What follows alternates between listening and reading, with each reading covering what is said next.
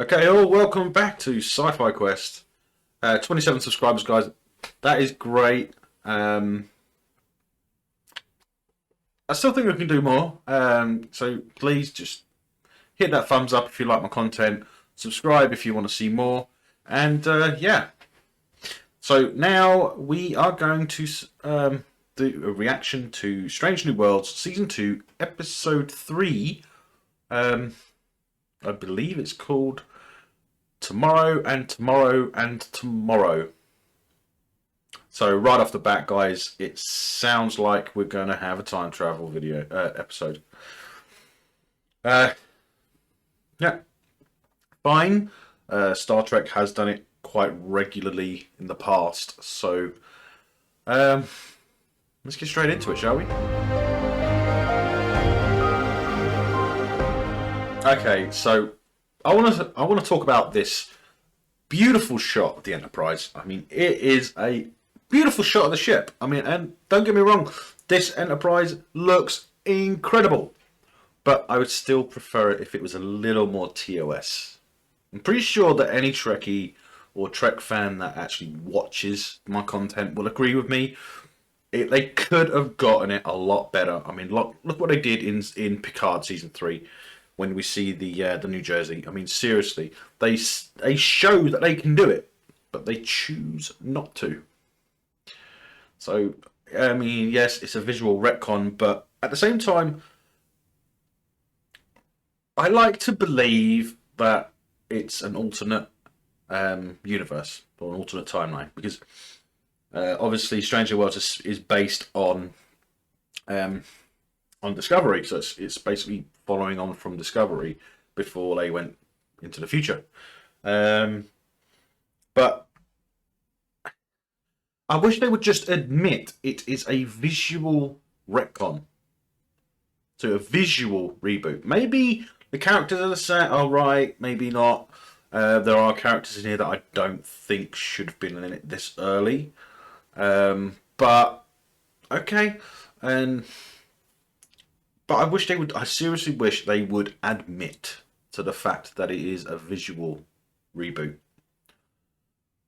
not a complete reboot. Obviously, it's just a visual reboot.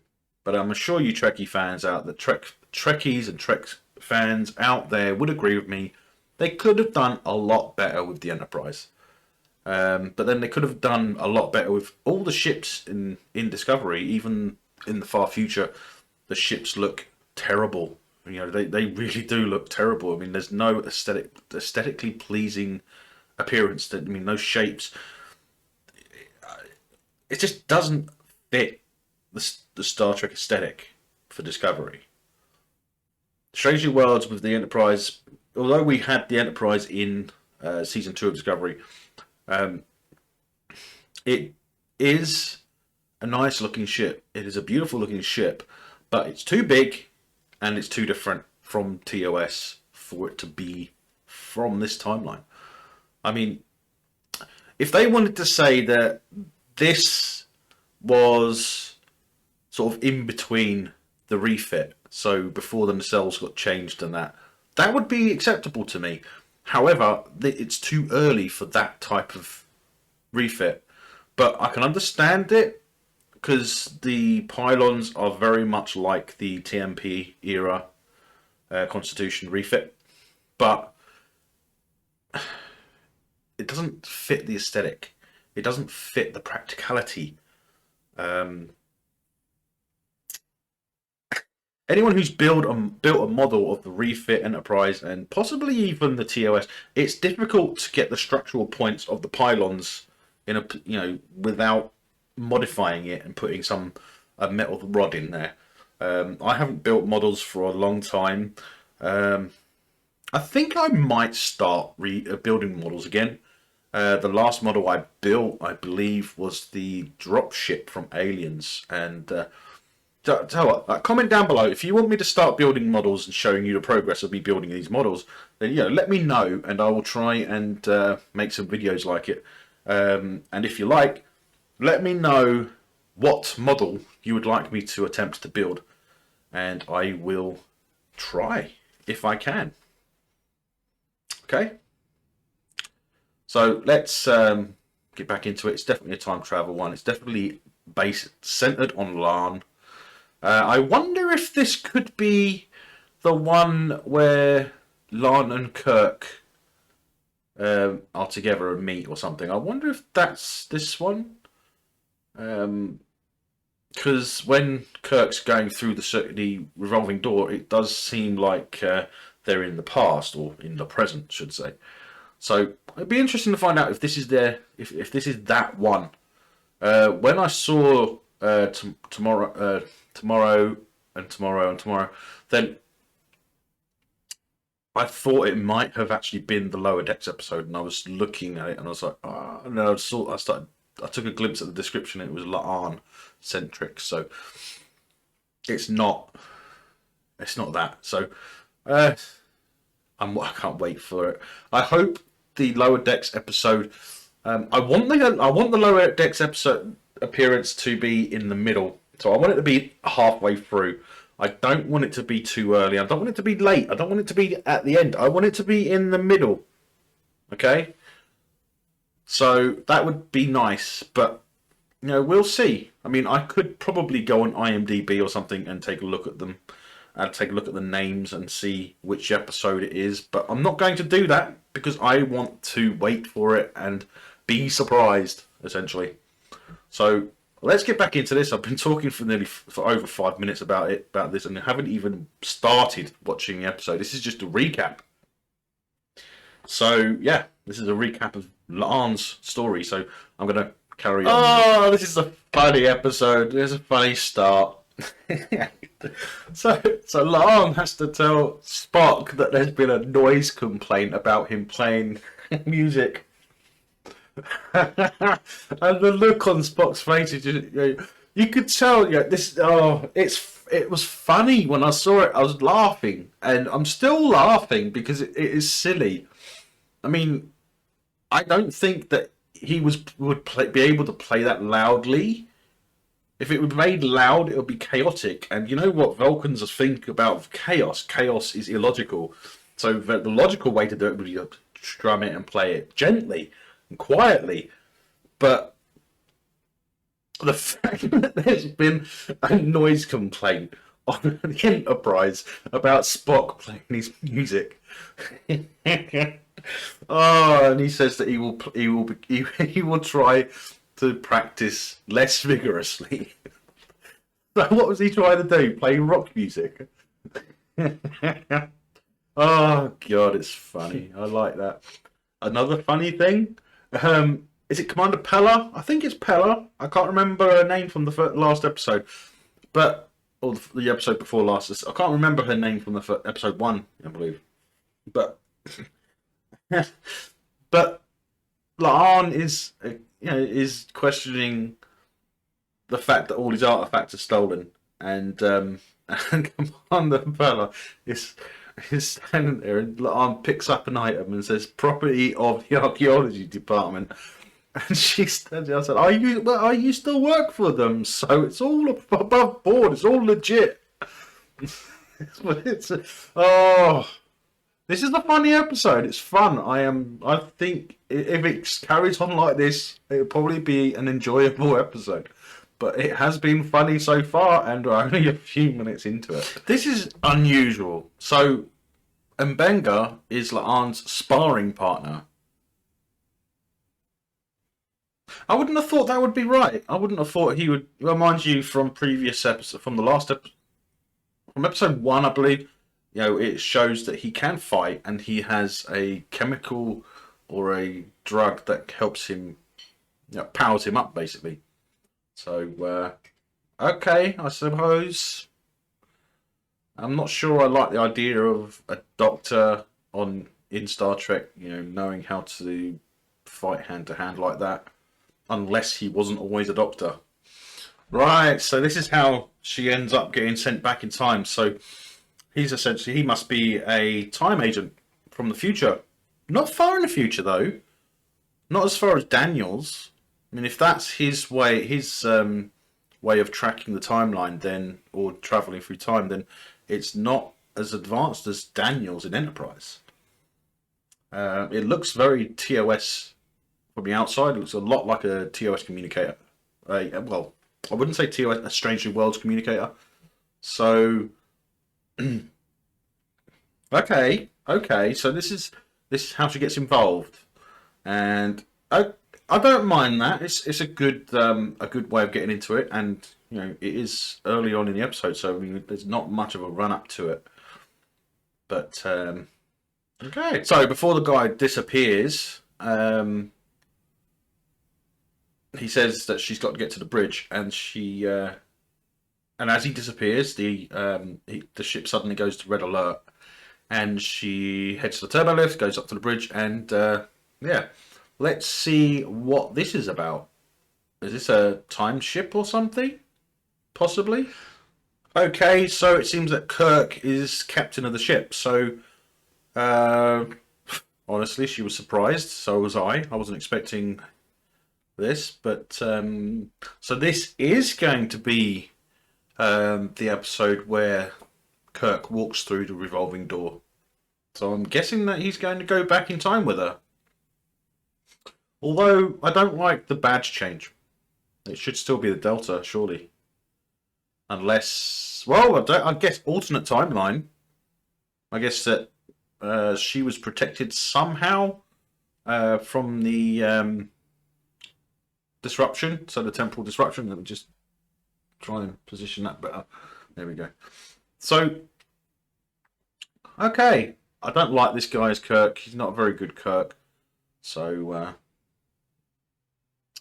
let's see how this goes. Let's see if it makes me laugh again. Because so far I've laughed quite a bit up to this point. So let's see.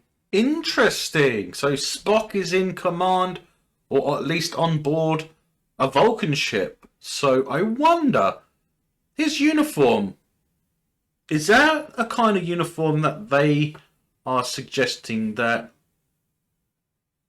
a unified Romulan and Vulcan people might wear? Is that it? Is this showing that the Vulcans and the Romulans are unified? So, because it's very Romulan-esque, that uniform, very much like not a Romulan, what are the other species that Romulans enslaved? I can't remember what they who were they? I can't remember. Riemann. Yeah, it's very Riemann style, that uniform that he's wearing. So, is it possible that this is showing a unified Romulan and Vulcan? We'll see. I doubt it, but we'll see. Ah, okay. So there's a war between Romulan and Vulcan. So Romulus and Vulcan are at war. Okay, it makes sense now. That's why he's in that uniform. It's a military uniform. It's a wartime Vulcan uniform. Okay, that would make sense. Okay, fair enough. I've just had a thought. This episode would be the absolute perfect opportunity. Perfect opportunity. It probably won't happen, but if you want to know what I mean, stay tuned for the ending, and I will explain before I finish the video. Okay, so I mean, I had a thought. It would be the perfect opportunity for something. So if you want to know what I'm thinking, then just hang around until the end, because you might find it interesting. So Kirk thought that they were in New York City, mid 21st century, but they're not. They're in Toronto, Canada.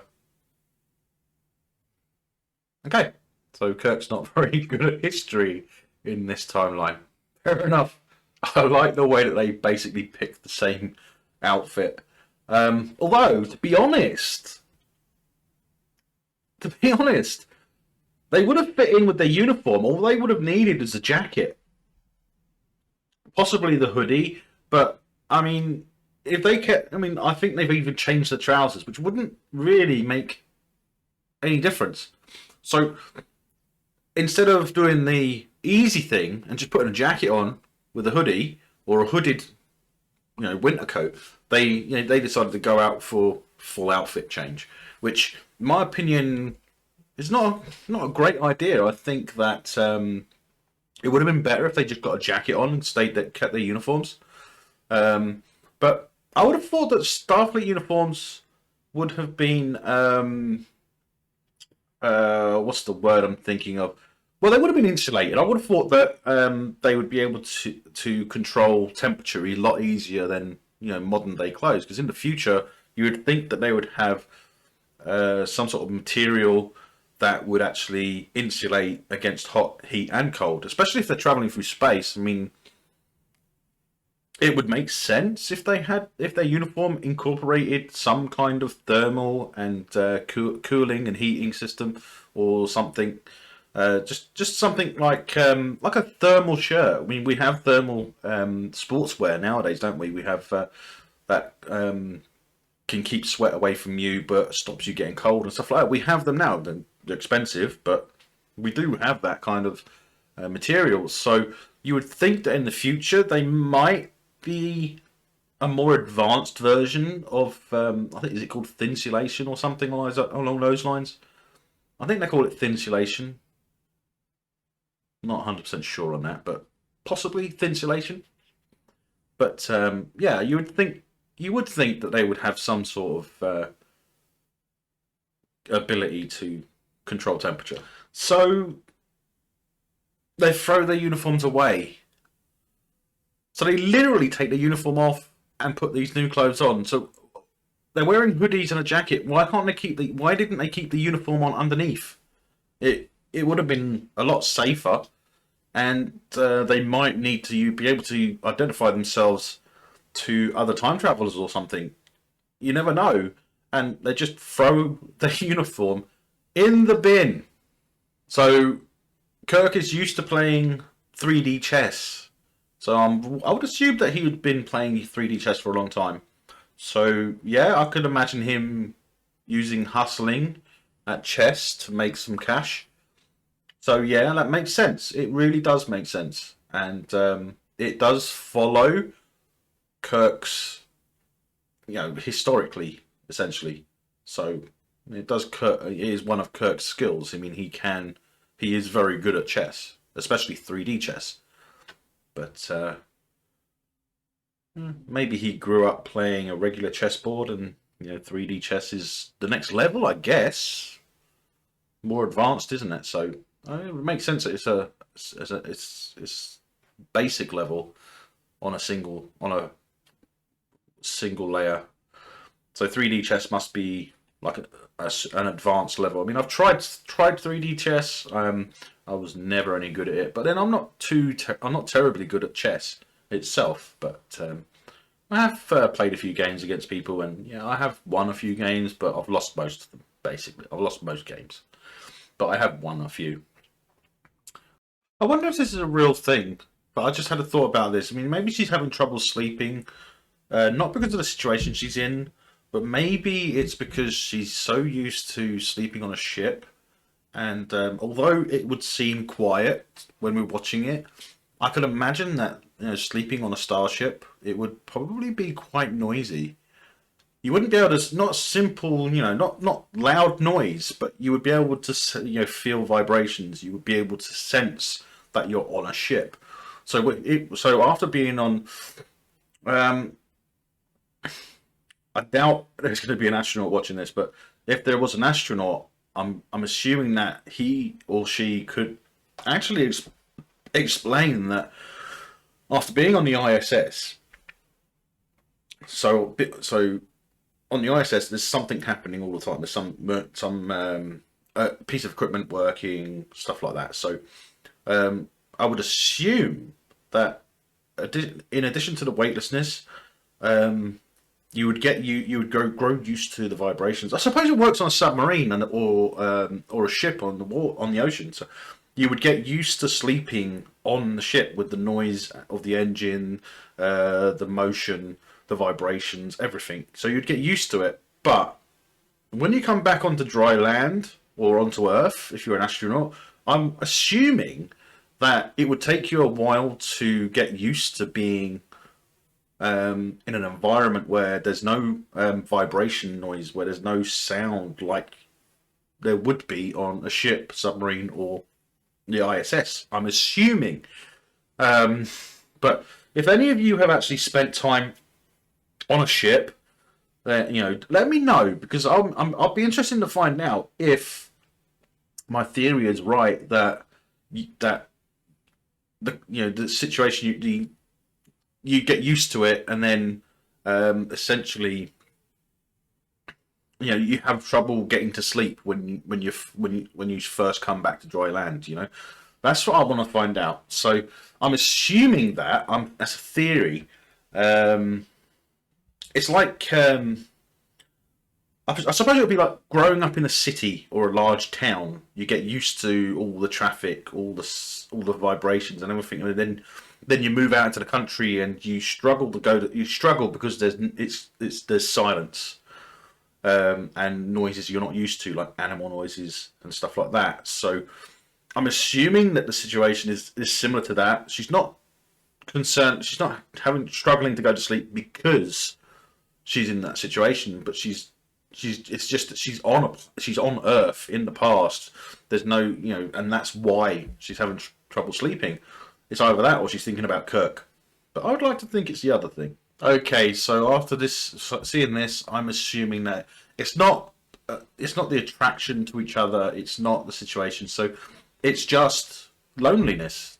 I mean, they were pulled out of a comfortable life, or life a life that they've lived for a long time, and although they're so different, it's just lonely. You just must want to be companions, basically. They just need to be with people. So that would make sense. But I still think that the other stuff I was saying, I think that's true as well. Because they're both going through the same thing. So maybe that's why. But I'm pretty sure that we earlier on the chemistry started between them. So it could be that. But I would like to think it isn't, to be honest. I'd like to think that they won't act on it in the situation they're in, especially considering that they're from alternate timelines. So, okay, so just as Kirk is shocked to hear from La'an that his brother is still alive, boom, a bridge blows up. That's obviously the start of the diverging timeline, which would make sense. Really. Okay, so I've never been to Toronto, but I wonder, was that bridge a real bridge? Because it did have a very CGI appearance when we were looking across the water and the bridge was there. It looked very CGI. I'm not familiar with the city, but I don't. Anytime I've seen an image of the city, I've never actually seen a bridge like that. So I'm assuming that is a fake bridge. I'm assuming that is CGI. But I could be wrong. It could be an existing bridge, but it did look very fake earlier on. But hey, if you're Canadian, please comment down below. Tell me, does that bridge exist or not? Because I have a feeling it doesn't, and I would like to know. Oh, and yeah, it does look like a horrible bridge. So I'm hoping it doesn't exist. Okay, so I just took a look, and that bridge was definitely fake, definitely CGI bridge, definitely does not exist. Because even in the story, they say that it happened in their timeline, and Kirk was saying that it's the longest bridge in the world or ever built, and it was destroyed just after it was completed. So, okay, so don't worry about that. What I asked earlier, I know now for a fact that it is definitely not a real thing. But it'd be interesting to see what caused the explosion. Ah, okay. So she recognized the scoring. She had seen it before. It's from a photonic bomb. So that explains nothing really, except that they seem to have photonic weapons before 100 years early. Okay. Obviously, someone from the future manipulating the situation. Okay. Makes sense. Beautiful choice. Beautiful choice. I'm actually surprised we're going to see this. I believe that that is the latest iteration of the modern day Challenger, which is one of my favourite American muscle cars. And I do like the look of the new ones, but you can't beat the classic 70s version. But it's a beautiful car. It's like the Mustang. I mean, the new model Mustangs. I mean, they are all beautiful cars. I don't much like the Charger. But I believe there's two different versions of the modern Charger, isn't there? There's one that looks more along the lines of the classic, and then there's one that looks like the American police use the Charger now, do they? I think. But yeah, it's a beautiful car. Beautiful car. I'd love to have one of them, but it would have to be white. Because the classic Charger. Oh, sorry, I got that wrong. The classic Challenger looks good in white. The Charger looks best in black. I just thought I'd say that, that's all. So a conspiracy theorist, UFologist, I think some of them like to go by, somehow has a picture of a Romulan bird of prey. Okay. Now I'm interested. So we're seeing Romulans influencing the past of Earth to manipulate the future. It's interesting that it's a bird of prey, because that bird of prey that we see in Balance of Terror is a prototype. So it's a first of a kind, one of a kind. And then later on we see more, obviously. So they carried on, but by then they had obviously perfected the design, and but then we know that the Balance of Terror bird of prey is actually experimental because of the plasma torpedo, the heavy plasma torpedo. So that's interesting to see a Romulan bird of prey. It looks very, very similar to the original from TOS, but I can see differences. Like the struts, for one, they look different. The pylons, the nacelles, and the shape of the saucer. Yep, that looks right. It's got the fin sticking out. That looks good. I might do an episode on some of the ships that we see, but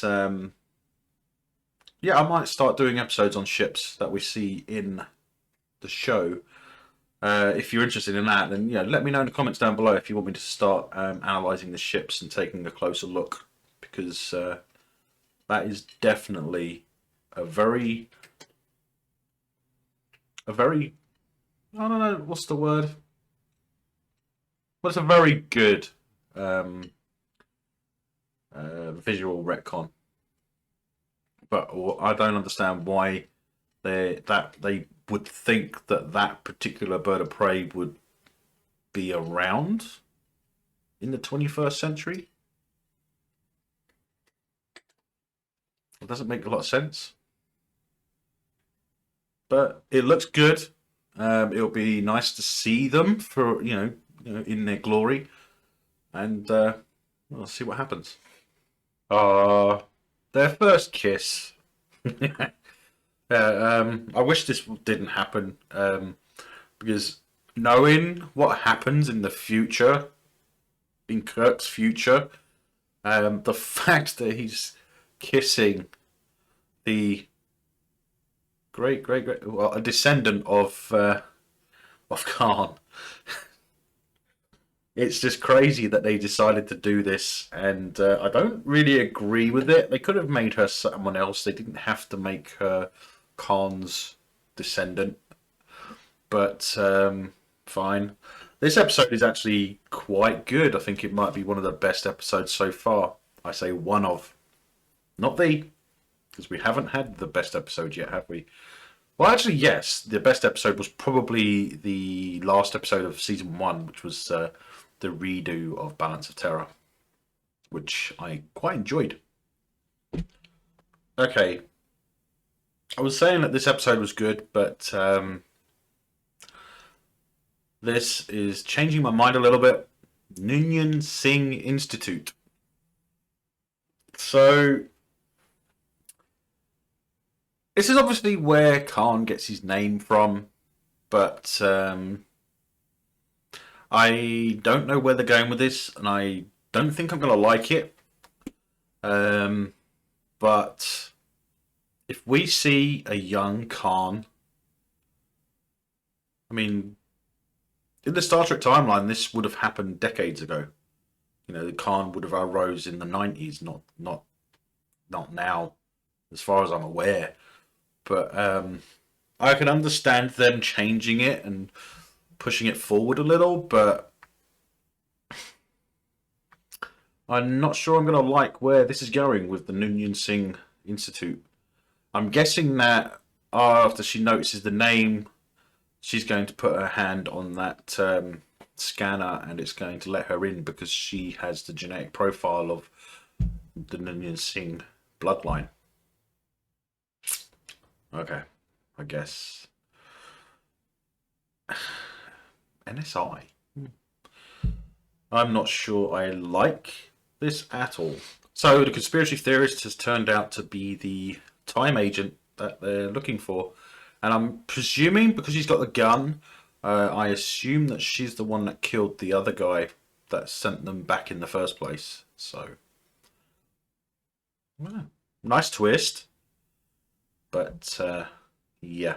Let's see where this goes. So, it turns out she's a Romulan time agent who's undergone surgery to round off her ears. Okay. Maybe. But, interesting twist, but not a good plot, to be honest, for this bit. Oh my god, they killed Kenny! Sorry, Kirk. Looks like this iteration of Kirk can't, has to face the no-win scenario. So, And all that talk about her, him coming back to her timeline.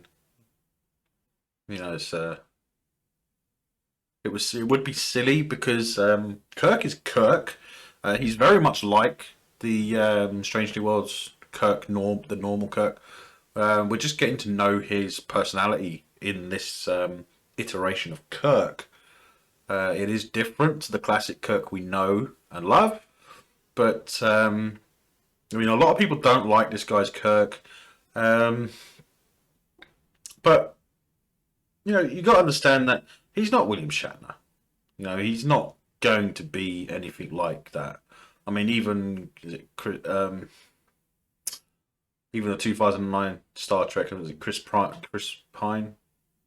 Yeah, he's Chris Pine, isn't it? But anyway, in the 2009 one, Kirk was completely different. And I it would be nice if they got someone that was more like William Shatner, someone who had the mannerisms that Shatner had and stuff.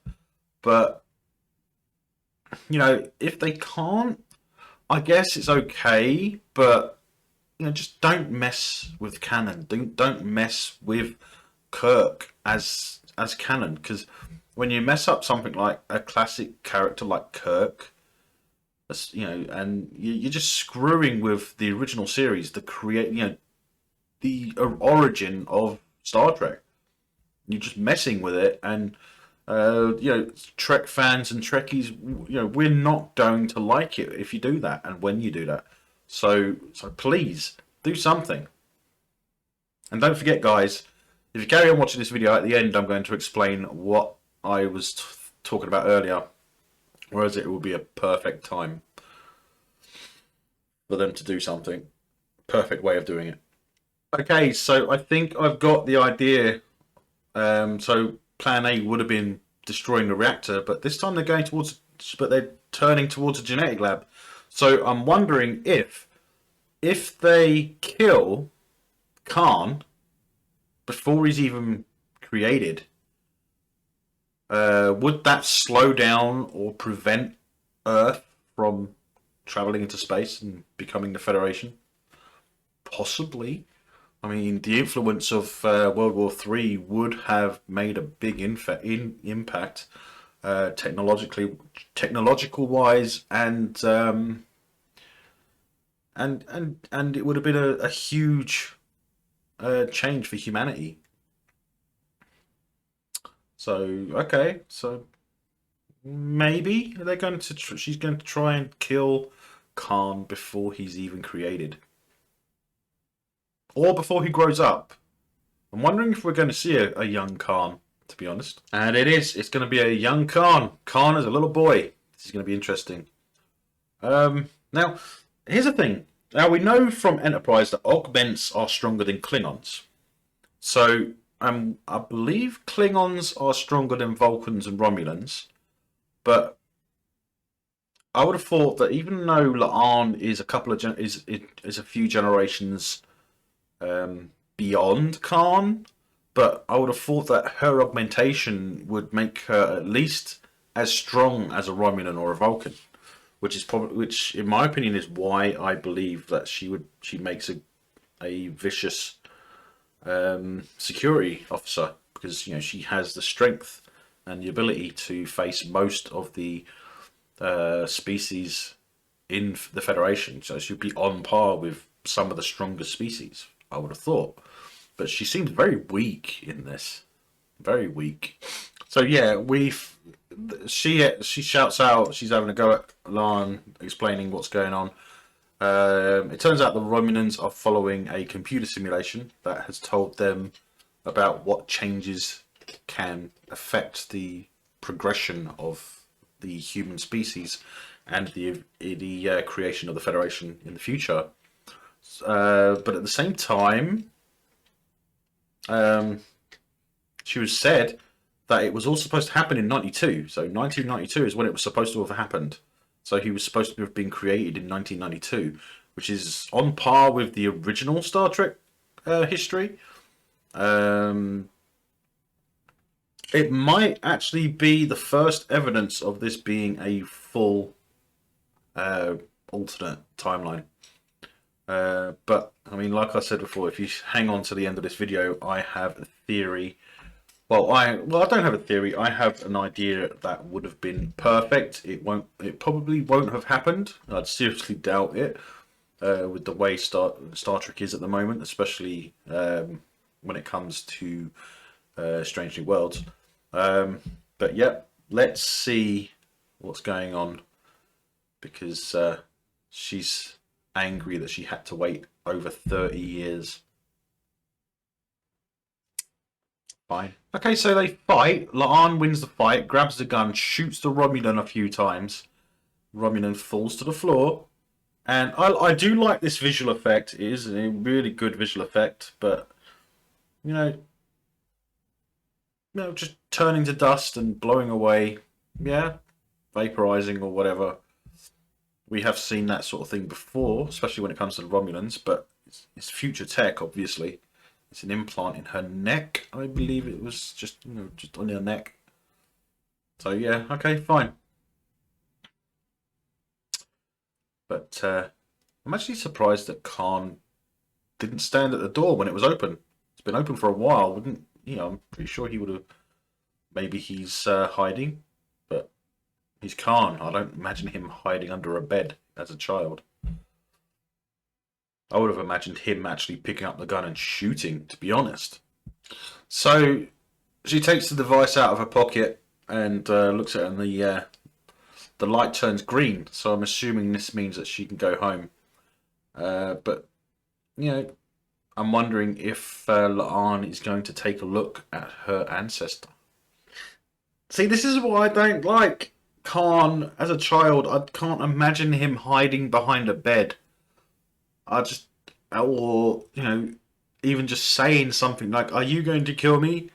I can't imagine Khan doing that. Even as a child. I can't. I really can't. Literally, I cannot imagine that. Him hiding behind a bed, in my opinion, is a huge mistake. judging from who we know he becomes, I can't imagine him hiding. I can't. Like I said before, I mean, I would have imagined him grabbing the gun and shooting himself. You know, not himself obviously, but I mean, shooting the Romulan himself from behind. I could imagine that easy. So she tells him that you are right where you need to be. No, you're not. You should have been born 30 years ago. Quite literally. So I'm happy to say that this is definitely confirmation. It's this alternate timeline. I know they would have had to have changed events because it's the 2023 and that, but you can make Star Trek by keeping the original timeline, no problem. It is entertainment. It's not real, so I hope people aren't going to hate me for saying it's not real, but it's not. It's entertainment at the end of the day. Okay, so whilst we're here at this point, and we haven't seen anything outside, so whilst she's in the corridor, I'll talk about my my thought. Now, the reason I had this thought is because it would make sense. Now, that would have been a perfect opportunity to correct the visual retcon. Now, imagine if, from that point, the next time we actually see the Enterprise, it looks like the New Jersey from Picard Season 3. Now that, I would accept that. It would be acceptable if it looked like the New Jersey from this point, because she's been back in time, and it could have been unexpected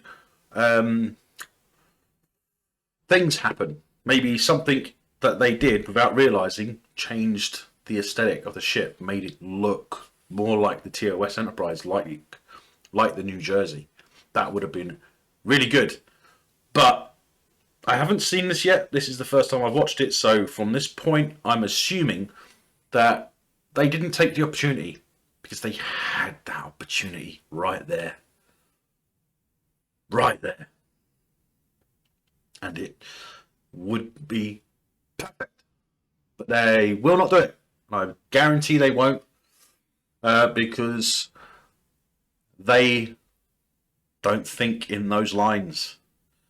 So that would have been a perfect opportunity for them to change the appearance of the Enterprise, but they haven't. I know that for a fact, because it would have been everywhere. But is there a chance that they did? No, there isn't. No chance. Would have been perfect opportunity. However, judging from that corridor, they have not taken the opportunity to correct their visual retcon mistake. That would have been nice. Okay, so let's finish this episode and see what we see and what happens.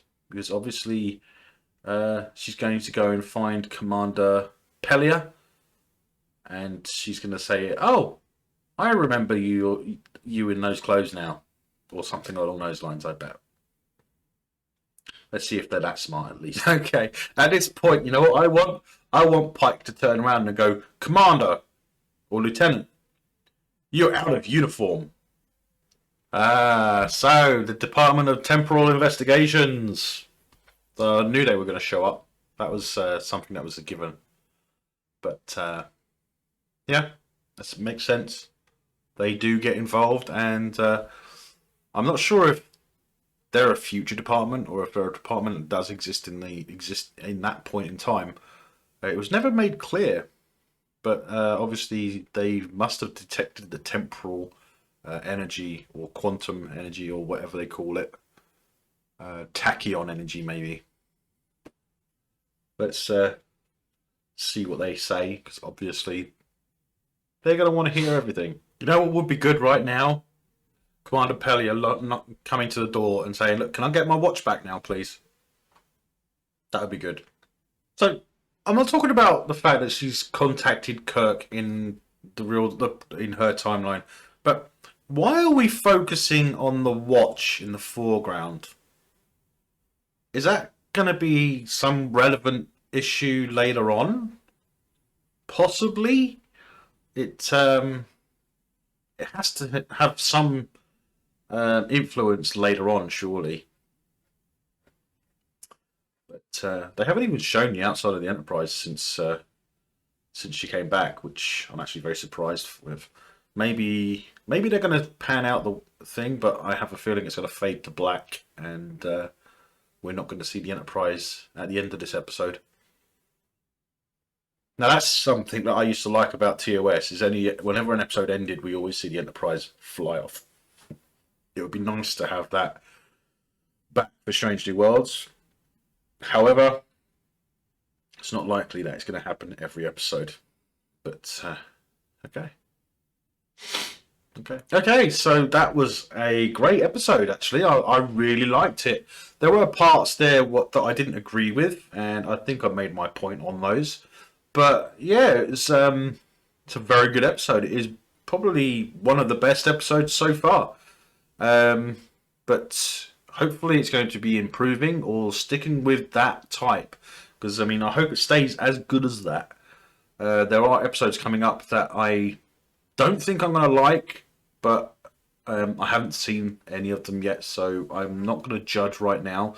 However, it's a given that in any show or any series that you watch, there are going to be episodes that you don't like. I mean, there's no one in the world that can say that they love every single episode that they've ever seen of any show. It's impossible. So, yeah. Okay, now...